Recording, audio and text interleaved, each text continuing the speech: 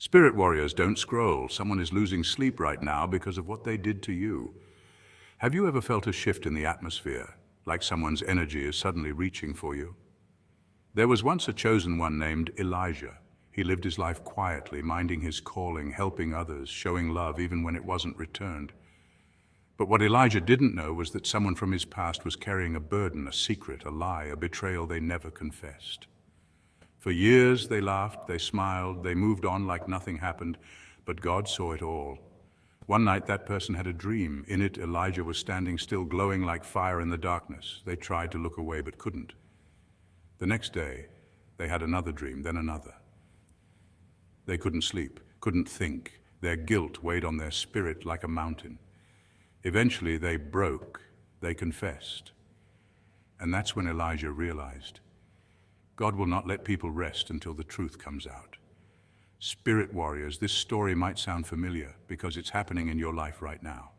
Someone wronged you, lied to you, backstabbed you, and walked away thinking you wouldn't know, or worse, that you wouldn't matter. But God doesn't play about his chosen ones. You are not invisible. You are protected, elevated, and covered by divine justice. Let me be clear. Someone is going to confess to you. It might be through a message, a phone call, a public apology, or tears streaming down their face. They'll say things like, "I've been meaning to tell you this for a long time," or "I couldn't sleep until I got this off my chest." And no, it won't be a coincidence. It'll be divine alignment.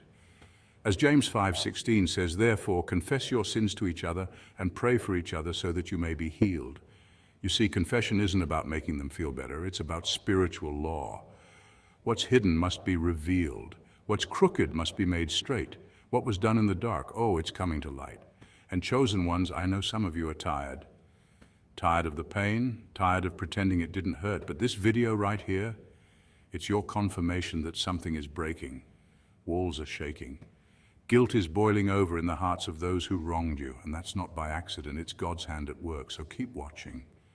Because in this video, I'm breaking down the 7 divine reasons why these confessions are inevitable, what they mean for your spiritual journey, and how you can walk forward in peace, strength, and wisdom. Let's stay woke, spirit warriors. Let's stay sharp, because somebody's about to come clean, and God made sure of it. Number 1, the weight of guilt isn't just psychological, it's spiritual. Spirit warriors, let's talk about guilt, the kind that goes far beyond a pang of conscience.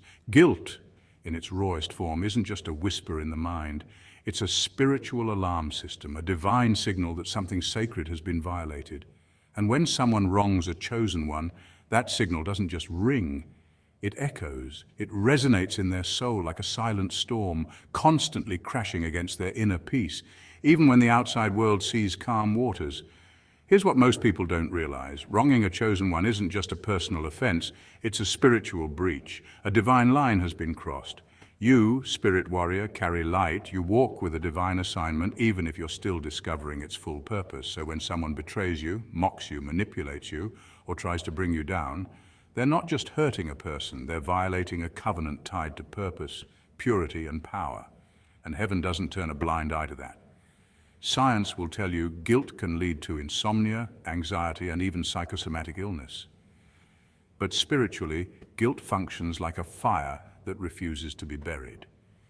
You ever notice how some people seem fine on the surface, posting their best life, throwing shade, acting unbothered? Yet behind closed doors, they look tired, restless, and worn out. That's not coincidence, that's consequence. Their soul is wrestling with the truth. They hear your voice in the quiet, they feel your presence in their dreams, and they're unsettled, even if they can't explain why. Because here's the truth, God marks his chosen. You can't hurt someone God is covering without feeling the pressure. It's like trying to hold a beach ball underwater. It will come back up. That guilt they feel, that restlessness, that sudden emotional breakdown out of nowhere, that's their spirit getting called out. That's heaven tapping on their shoulder saying, you know what you did. It's a spiritual law. You reap what you sow. And when someone sows betrayal or cruelty into a chosen one's life, the harvest is heavy. Not because God is vindictive, but because he is just. Guilt becomes the teacher. Regret becomes the classroom. And until they face what they've done, peace will elude them like a shadow in the dark. So don't be surprised when a random apology shows up out of the blue. It might be a message, a phone call, or even a tearful confession after years of silence. That didn't just come from nowhere. It's been simmering in the spirit realm. That's the sound of conviction finally breaking through pride. It's not about your ego, it's about divine order being restored. But here's the powerful part. Don't get bitter, get better. It's easy to want revenge. It's tempting to throw their guilt back in their face, but don't. You're above that. You're not the judge. You're the witness to what God can do. Their regret is not your responsibility to manage. Let them sit with it. Let them wrestle. Let their spirit do the work. Because while they toss and turn at night, you're rising, you're healing, you're glowing, you're walking in new levels of grace, strength, and elevation. And every time they feel the sting of conviction, they'll see your growth as the proof of what they lost and what they can't undo. So walk boldly, spirit warrior. Guilt isn't your weapon, but God will use it as part of their lesson. You don't have to chase closure. Heaven already scheduled it. Keep your heart clean, your hands steady, and your spirit sharp. The truth always finds its voice, and when it does, even the most silent betrayer can't sleep through the sound. Number 2, God honors the integrity of the chosen ones. Let's be real, y'all didn't clap back. You didn't throw hands, you didn't send shady tweets, and you sure didn't blast anybody on social media, even when you had every reason to. You stayed silent while they lied. You stayed kind when they were cruel. You chose peace over pettiness. And that right there is why your blessings are about to hit different. You let God handle it. You trusted divine timing over temporary vindication. And because you kept your hands clean, God kept the records, and He doesn't miss a thing. See, when you're a chosen one, you operate differently. Your battles aren't always loud, but they're powerful. You don't fight dirty because you understand that your integrity is your weapon. You didn't have to match their energy because yours was already higher. You see, character is the currency of the divine. And you, angel, are wealthy beyond measure in the realm that really matters. Let's pause and get a little educational for a second. In the field of psychology, there's something called moral licensing. It's when people feel justified in doing something wrong because they believe they've been wronged. Sound familiar? That's the trap the enemy wanted you to fall into. They poked at your spirit, hoping you'd lose your cool so they could point fingers and say, "See, told you they were fake."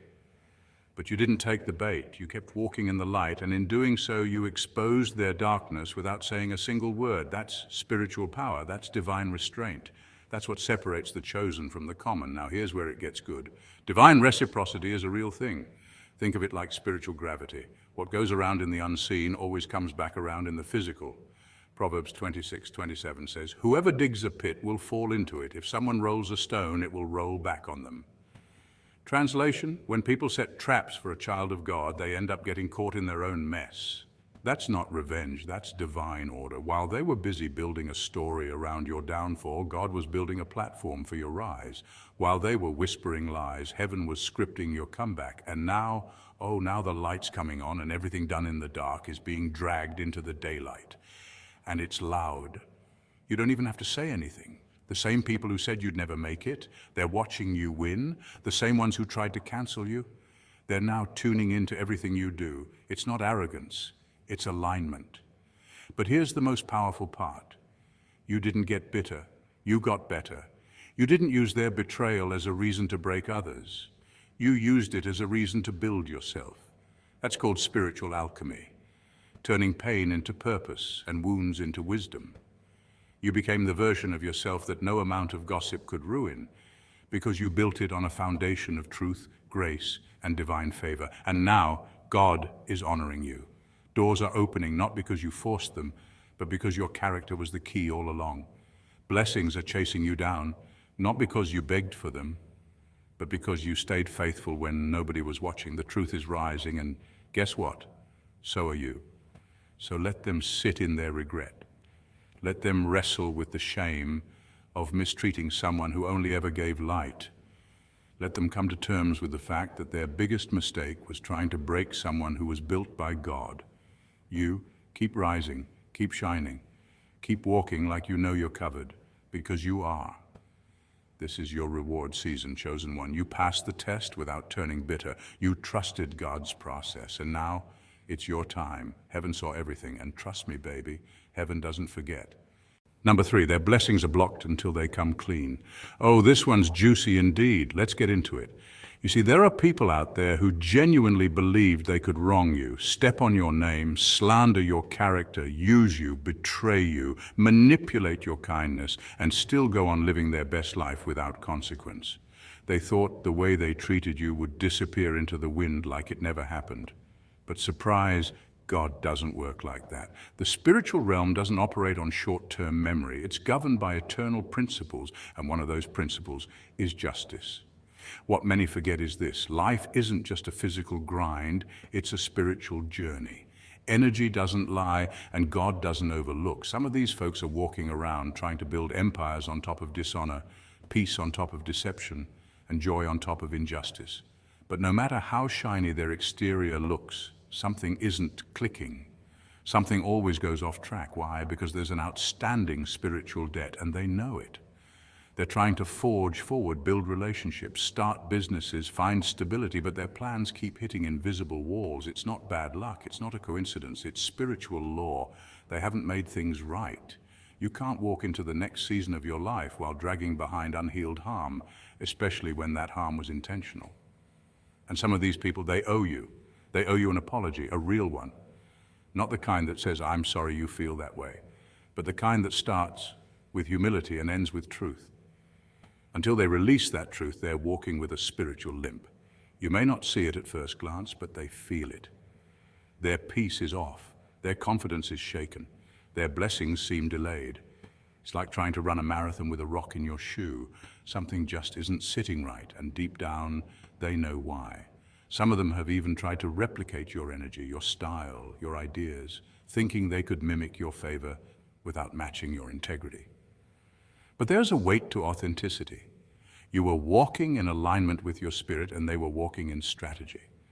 That's why things looked good for a moment, but crumbled fast. Because manipulation might get you the crown, but it won't let you keep it.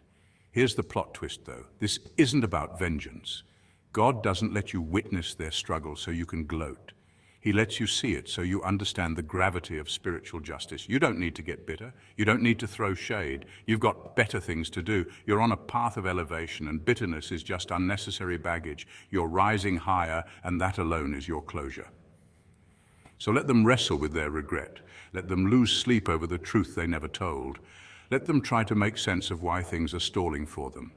Because the truth is, their next level might be locked behind a door only an apology can open.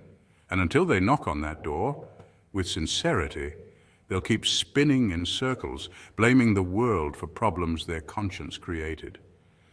Meanwhile, you're thriving, not because you got revenge, but because you chose healing. You kept your hands clean while theirs got stained, and now you're reaping the rewards of peace, growth, and divine protection. And let's be clear, when God promotes you, no apology can hold you back. But their apology might be the only thing that can move them forward. So stand tall. Keep rising. You don't have to remind them of what they did. They remember. And every blessing that comes your way will be the silent, powerful reminder that you were never the problem. They were just too blind to see your worth until it was too late. Number 4, dreams and visions are haunting them.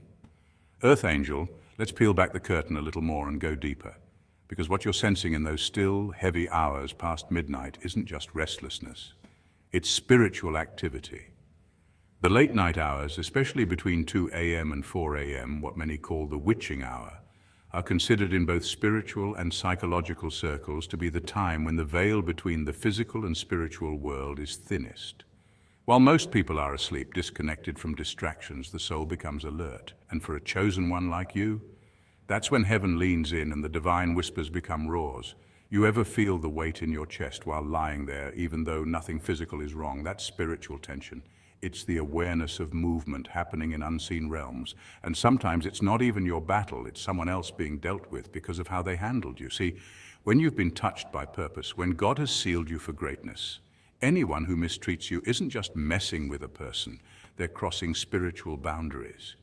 And God doesn't take that lightly. Psychologically, dreams are where our subconscious comes to life, but spiritually, dreams are where messages are delivered. Throughout the Bible, dreams were used to warn, reveal, and even correct. Think about Pharaoh dreaming of famine, or Pilate's wife warning him not to harm Jesus because of a dream. God still speaks that way, And when someone has wronged a chosen one, those restless dreams aren't just coincidence, they're conviction in disguise. Imagine this, while you've finally found your peace, your rhythm, your joy, they're waking up gasping, reliving the moment they betrayed you, that lie they told, that slander they spread, the way they laughed when you were at your lowest. It's flashing in their mind like a movie reel. You didn't need to avenge it, you just needed to heal, because healing gave God the green light to handle the rest. And he does, in ways no human could replicate. Here's something wild. Studies in neuropsychology show that guilt affects the same part of the brain as physical pain. That means every time they think of you and what they did, their brain registers it like a fresh wound. It's not your imagination when they start to avoid you or seem uncomfortable in your presence. That's not awkwardness.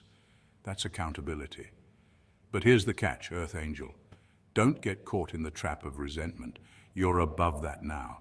Bitterness is a burden that cancels blessings. Keep your heart clean, your focus forward. Let God do the confronting in dreams, in their silence, in the cold sweat of truth.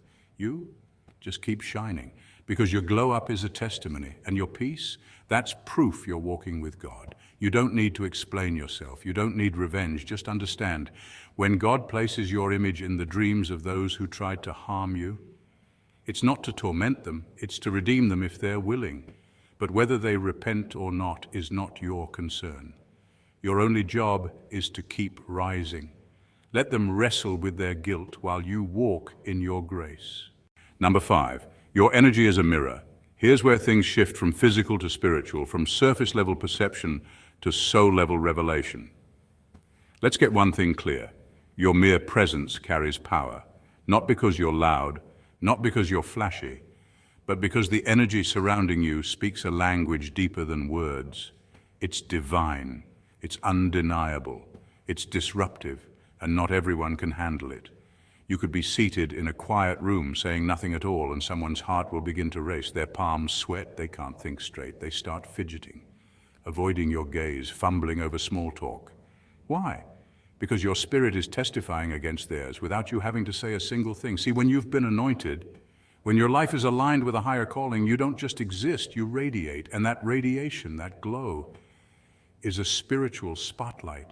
It exposes what's hidden, it convicts what's been suppressed. It shines on intentions, motives, and darkness people thought they had tucked away neatly. That's why you don't need to announce your calling, you walk in it. The posture of your peace disturbs their inner war. The grace in your stride unsettles their manipulations. The integrity in your silence roars louder than any argument they could bring. Now here's where psychology and spirituality link arms. There's a term called cognitive dissonance, and it explains exactly what happens when someone who's living in contradiction meets someone living in truth. That inner friction, the discomfort, the deflection, the awkward laughter or side eyes, isn't about you personally. It's about them realizing their soul is out of sync with their actions. And instead of owning it, they project. That's why they gossip. That's why they mock. That's why they avoid. You become a living mirror, and mirrors don't lie. But you don't retaliate. You don't have to. John 1:5 says, "The light shines in the darkness, and the darkness has not overcome it." When you walk in light, your very essence reveals. You don't have to confront, your consistency convicts. You don't have to accuse, your authenticity exposes. You don't have to chase apologies or revenge. God handles that. He lets them sit with the shame. He lets their own conscience become the courtroom. And oh yes, some will confess. Maybe not to your face, but to someone, maybe to God, maybe to themselves in a quiet moment of reflection, because they know you knew. They remember the calmness in your eyes, the way you held your peace when you had every reason to strike back, that haunted them more than any confrontation ever could. So while they sit with their regret, you rise. You focus on your healing, your purpose, your next level, because bitterness is beneath you. Retaliation is too small for your calling. You were never meant to fight battles in the mud. You were made to walk on water. You don't shrink to make others comfortable. You don't dim your light for anyone still stumbling in their shadows. Let your glow do the talking. Let your peace preach. Let your anointing echo in rooms long after you've left. Because the chosen don't need to scream. They shine. Number 6, God uses confession as a path to healing for them and you. Now let's talk restoration. Not just the feel-good version that's tied up in a pretty bow, but the gritty, gut-wrenching kind that heals wounds you forgot you were still carrying. The kind of restoration that doesn't just dust you off, it transforms you from the inside out. Let's face it, most of us have walked through life with invisible wounds, hidden behind smiles and daily routines, wounds carved by silence. Some people left, lied, betrayed, or disappeared, leaving nothing but confusion in their wake. And for many of us, the hardest part wasn't the betrayal, it was the unanswered questions, the mystery, the why that played on repeat in our minds like a broken record. See, silence is deceptive. It seems harmless on the surface, but it echoes in the soul. Psychologists talk about something called the Zeigarnik effect, the mind's tendency to fixate on unresolved or incomplete tasks. But this isn't just about unfinished projects at work, it's emotional too. When someone wrongs you and says nothing, it's like leaving an open wound exposed to the air. Your mind keeps going back to it, trying to wrap it up, trying to make sense of the senseless. And that mental loop, it's exhausting. Now here's where restoration kicks in. When that person finally confesses, when the truth is spoken out loud, it does something. It doesn't necessarily make them a hero or absolve them of the past, but it unlocks something spiritual and psychological. It offers closure. Not the kind you have to beg for, but the kind that arrives right on time. Because let's be real, God doesn't rush healing. He waits until you're strong enough to hear it, not out of cruelty, but out of protection. Divine timing isn't about delay, it's about precision. When someone confesses, it validates your experience. You finally hear what you suspected all along, and it confirms you weren't overreacting. You weren't imagining things. Your intuition was spot on. And that moment, it doesn't just feel good, it's freeing. You get to take back your power. The version of you that was left with confusion finally gets peace. But don't miss this. Confession is just as much about their growth as it is your healing. Sometimes God allows people to sit in their own silence until it becomes unbearable. He uses guilt as a tutor, shame as a mirror, and eventually, when they've learned enough, he sends them back not just to say sorry, but to acknowledge the full weight of their actions. That's not revenge, that's redemption. It's a holy, humbling reckoning. So when it happens, when the mask drops, when the truth finally spills out, receive it. Not with bitterness, but with boldness. You don't need revenge when you have restoration. You don't need validation from broken people when you've been made whole. That confession, it's a gift, a divine key unlocking the next level of your life. Let it close the chapter with grace, because you're not stuck in that hurt anymore. You're walking forward, free and fearless. That right there is what true restoration feels like. Number 7, this confession is a prophetic confirmation of who you are. Listen closely, spirit warriors. This is big. No, this is sacred. When someone finally comes to you with a confession, it's not just about what they did wrong. It's a moment of divine revelation. A confession isn't simply an apology, it's spiritual confirmation. It's the universe saying, you were right to trust your intuition. You were chosen for a reason. Because when they finally say those words, I knew I was wrong, or I didn't realize how powerful your spirit was, what they're really doing is bearing witness to your divine identity. They're acknowledging what God already confirmed in you long ago, that you are called, that you are covered, and that you are not to be played with. In psychology, confession is linked to the relief of guilt and the desire for redemption. But in the spiritual realm, it goes far deeper. It becomes evidence. When someone confesses to you, they're stepping into truth, and that truth has power. Proverbs 28:13 says, whoever conceals their sins does not prosper, but the one who confesses and renounces them finds mercy. But here's what's even deeper. Their confession isn't just about their mercy, it's about your justice, your dignity, your spiritual elevation.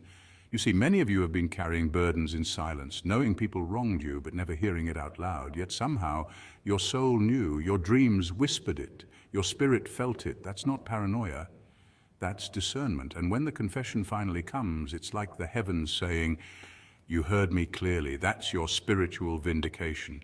These moments reveal who you've always been. You're not just someone they wronged, you're someone they recognized as a light, even when they tried to dim it. Often people don't reject you because they don't see your value, they reject you because they do. And that intimidates them, so they test you, they sabotage, they gossip.